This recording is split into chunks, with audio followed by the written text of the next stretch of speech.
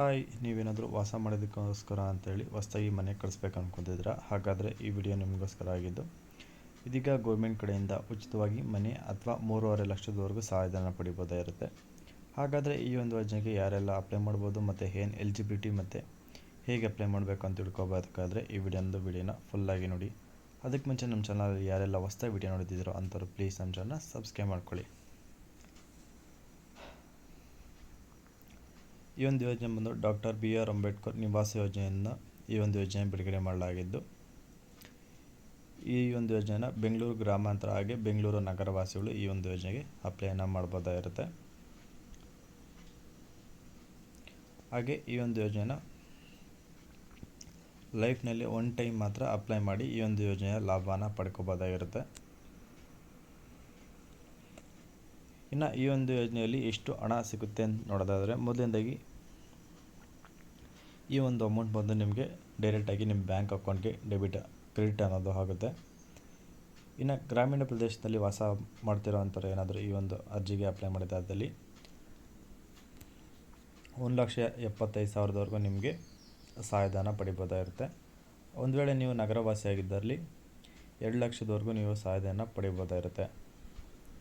ಅದರಲ್ಲಿ ನಿಮಗೆ ವಿಶೇಷವಾಗಿ ನಗರ ಪ್ರದೇಶವನ್ನು ಇನ್ನೂ ಕೇಂದ್ರದ ಅಂದರೆ ನಗರವಾಸಿಗಳು ಏನಾದರೂ ಅಪ್ಲೈ ಮಾಡ್ತಿದ್ರೆ ಅದರಲ್ಲಿ ಅವ್ರಿಗೆ ಪ್ರಧಾನಮಂತ್ರಿ ಆವಾಸ್ ಯೋಜನೆ ಜೊತೆ ಈ ಒಂದು ಯೋಜನೆಯಲ್ಲಿ ಹೆಚ್ಚುವರಿಯಾಗಿ 1.5 ಲಕ್ಷದವರೆಗೆ ನೀವು ಪಡಿಬೋದಾಗಿರುತ್ತೆ. ಒಟ್ಟು ನೀವು 3.5 ಲಕ್ಷದವರೆಗೂ ಈ ಒಂದು ಲಾಭನ ಪಡಿಬೋದಾಗಿರುತ್ತೆ. ಬಟ್ ಹಳ್ಳಿಯಲ್ಲಿ ವಾಸವಿರೋವಂಥವ್ರಿಗೆ ಈ ಒಂದು ಪ್ರಧಾನಮಂತ್ರಿ ಆವಾಸ್ ಯೋಜನೆ ಆ್ಯಡ್ ಆನ್ ಆಗೋದಿಲ್ಲ.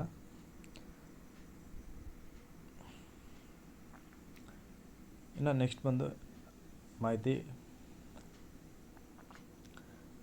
ಮಿನಿಮಮ್ ಅಮೌಂಟ್ ಏನಂತ ಇರೋದಿಲ್ಲ. ಗ್ರಾಮೀಣ ವಾಸಿಯವರಿಗೆ ಮ್ಯಾಕ್ಸಿಮಮ್ ಅಂತ 1,75,000, ನಗರವಾಸಿಯವರೆಗೂ ಕೂಡ ಮ್ಯಾಕ್ಸಿಮಮ್ 2 ಲಕ್ಷ ಆಗಿರುತ್ತೆ. ಇನ್ನು ಇದರಲ್ಲಿ ನಿಮಗೆ ಮೀಸಲಾತಿ ಬಂದು SCಗಾದರೆ 70% ಮೀಸಲಾತಿ ಇರುತ್ತೆ. ಆದರೆ STಗಾದರೆ 30% ಮಾತ್ರ ಮೀಸಲಾತಿನಿರುತ್ತೆ. ಇನ್ನು ಈ ಒಂದು ಯೋಜನೆಗೆ ಅಪ್ಲೈ ಮಾಡಬೇಕಾದ್ರೆ ನಿಮ್ಗೆ ಇರಬೇಕಾದ ಡಾಕ್ಯುಮೆಂಟ್ ಬಂದು ಆಧಾರ್ ಕಾರ್ಡ್, ರೇಷನ್ ಕಾರ್ಡ್, ಜಾತಿ ಆದಾಯ ಪ್ರಮಾಣ ಪತ್ರ, ಸೈಟು ಹಕ್ಕು ಅಥವಾ ಖಾತಾ ಮತ್ತು ಬ್ಯಾಂಕ್ ಪಾಸ್ಬುಕ್ ನೀಡಬೇಕಾಗುತ್ತೆ. ಇಷ್ಟಿದ್ರೆ ಸಾಕು. ಒಟ್ಟು ನಿಮಗೆ 5 ಡಾಕ್ಯುಮೆಂಟ್ ಇದ್ದರೆ ಸಾಕು ಈ ಒಂದು ಯೋಜನೆಗೆ ಅಪ್ಲೈನ ಮಾಡ್ಬೋದಾಗಿರುತ್ತೆ. ಯಾರೆಲ್ಲ ಈ ಒಂದು ಯೋಜನೆಗೆ ಅಪ್ಲೈನ ಮಾಡ್ಬೋದು ಅಂತಂದರೆ, ಅಪ್ಲೈ ಮಾಡ್ತಿರೋಂಥ ಅರ್ಜಿದಾರರು ಕಡ್ಡಾಯವಾಗಿ SC/ST ಸಮುದಾಯಕ್ಕೆ ಸೇರಿರೋದಾಗಿರ್ತಾರೆ. ಅಂದರೆ ಇದರ ಅರ್ಥ ಬಂದು ಈ ಒಂದು ಯೋಜನೆ ಬಂದು 2 ಕ್ಯಾಟಗರಿಗೆ ಮಾತ್ರ. ಅದು ಯಾರಪ್ಪ ಅಂತಂದರೆ SC ಮತ್ತು ST ಕ್ಯಾಟಗರಿಗೆ ಸೇರಿದಂಥ ಈ 2 ಕ್ಯಾಟಗರಿಗೆ ಮಾತ್ರ ಈ ಒಂದು ಯೋಜನೆ ಕಡೆಯಿಂದ ಈ ಒಂದು ಯೋಜನೆ ಲಾಭ ಪಡಿಬೋದಾಗಿರುತ್ತೆ. ನೆಕ್ಸ್ಟು ಅವರು ಅಪ್ಲೈ ಮಾಡ್ತಿರೋವಂಥವ್ರದ್ದು ಕರ್ನಾಟಕದ ಕಾಯಂ ನಿವಾಸಿಯಾಗಿರಬೇಕಾಗಿರುತ್ತೆ. ನೆಕ್ಸ್ಟ್ ಬಂದು ಆದಾಯ ಮಿತಿ ಬಂದು ಹಳ್ಳಿಯವರಾಗಿದ್ದರೆ ವಾರ್ಷಿಕವಾಗಿ 32,000ಕ್ಕಿಂತ ಕಡಿಮೆ ಇರಬೇಕಾಗಿರುತ್ತೆ ಅಥವಾ 32,000. ನಗರವಾಸಿಯಾಗಿದ್ದಲ್ಲಿ 87,600 ರೂಪಾಯಿ. ನಗರವಾಸಿಯವ್ರಿಗೆ ನಾರ್ಮಲಾಗಿ 87,600 ರೂಪಾಯಿ ಸಿಗುತ್ತೆ. ಬಟ್ ಗ್ರಾಮೀಣ ವಾಸಿಯಲ್ಲಿ 37,000 ಇದು ಕಡಿಮೆ ಆಗಿರುತ್ತೆ. ಸೊ ನಿಮಗೆ ಆಲ್ಮೋಸ್ಟ್ ಇನ್ಕಮ್ ಸರ್ಟಿಫಿಕೇಟ್ ಕೇಳೋದ್ರಿಂದ ಇನ್ಕಮ್ ಸರ್ಟಿಫಿಕೇಟಲ್ಲಿ 37,000 ಇರೋದಿಲ್ಲ. ಬಟ್ ಚೆಕ್ ಮಾಡ್ಕೊಳ್ಳಿ, ಇದ್ದರೆ ನಿಮ್ಮ ಅದೃಷ್ಟ. ಇರೋವಂಥವ್ರು ಅಪ್ಲೈ ಮಾಡಿ ಅಂತ ಹೇಳ್ತಾ, ಇನ್ನು ಅರ್ಜಿದಾರರ ಹೆಸರಲ್ಲಿ ಸ್ವಂತ ನಿವೇಶ ಅಥವಾ ಸೈಟ್ ಹಕ್ಕುಪತ್ರ ಇರಬೇಕಾಗುತ್ತೆ. ಅಪ್ಲೈ ಮಾಡ್ತಿರೋವಂಥವ್ರದ್ದು ಒಂದು ಸ್ವಂತ ಜಮೀನು ಇರಬೇಕಾಗುತ್ತೆ, ಒಂದಿಷ್ಟು ಅಂತ ಜಮೀನು. ಅದರಲ್ಲಿ ನೀವು ಅಪ್ಲೈನ ಮಾಡ್ಬೋದಾಗಿರುತ್ತೆ. ಅದರಲ್ಲಿ ನೀವು ಮನೆ ಕಟ್ಸ್ಕೊಬೋದಾಗಿರುತ್ತೆ. ಈ ಹಿಂದೆ ಸರ್ಕಾರದಿಂದ ಯಾವುದೇ ವಸತಿ ಯೋಜನೆಯನ್ನು ಲಾಭ ಪಡಿಬಾರ್ದಾಗಿರುತ್ತೆ. ಅಂದರೆ ಇದು ಮುಂಚೆ ಇದೇ ರೀತಿ ಯೋಜನೆ ಆಗಿರ್ಬೋದು, ಬೇರೆ ಯಾವುದೇ ರೀತಿಯ ಯೋಜನೆಯಲ್ಲಿ ಕೂಡ ನೀವು ಲಾಭ ಪಡೆದಿರಬಾರ್ದಾಗಿರುತ್ತೆ. ಇನ್ನು ಅಪ್ಲೈ ಮಾಡುವಂಥವ್ರು ಆನ್ಲೈನ್ ಮೂಲಕನೇ ಅಪ್ಲೈ ಮಾಡ್ಬೋದಾಗಿತ್ತು ಅಥವಾ ಆಫ್ಲೈನ್ ಮೂಲಕ ಕೂಡ ಅಪ್ಲೈ ಮಾಡ್ಬೋದಾಗಿರುತ್ತೆ. ಮೊದಲನೇದಾಗಿ ಆನ್ಲೈನ್ ಅಂತ ನೋಡೋದಾದರೆ ashray.karnataka.gov.in ಈ ಒಂದು ಅಫಿಷಿಯಲ್ ವೆಬ್ಸೈಟಲ್ಲಿ ನೀವು ಅಪ್ಲೈ ಮಾಡುವಂಥವ್ರು ಪ್ರತಿಯೊಬ್ಬರು ಕೂಡ ಅಪ್ಲೈ ಮಾಡ್ಬೋದಾಗಿದ್ದು. ಇನ್ನು ನೀವೇನಾದರೂ ಆಫ್ಲೈನ್ ಮೂಲಕ ಅಪ್ಲೈ ಮಾಡ್ತೀನಿ ಅನ್ನೋದಾದರೆ ಗ್ರಾಮೀಣ ಪಂಚಾಯಿತಿ ಬಂದು ಮತ್ತು ಪುರಸಭೆ ಅಥವಾ ನಗರಸಭೆ ಕಚೇರಿಗೆ ಹೋಗಿ ಈ ಫಾರ್ಮನ್ನು ತಗೊಂಡು ಭರ್ತಿ ಮಾಡಿ, ಎಲ್ಲ ಕೇಳೋ ಒಂದು ಡಾಕ್ಯುಮೆಂಟು ಭರ್ತಿ ಮಾಡಿ ನೀವು ಅಪ್ಲೈನ ಮಾಡ್ಬೋದಾಗಿರುತ್ತೆ.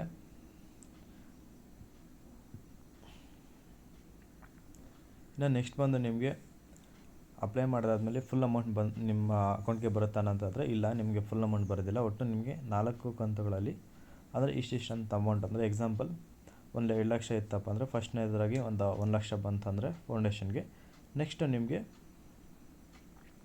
ಒಂದು 25,000 30,000 40,000 ಈ ರೀತಿ ಒಂದು ಅಮೌಂಟು ನಿಮ್ಮ ಬ್ಯಾಂಕ್ ಅಕೌಂಟಿಗೆ ಕ್ರೆಡಿಟ್ ಅನ್ನೋದಾಗುತ್ತೆ. ಸೊ ಇಷ್ಟೇ.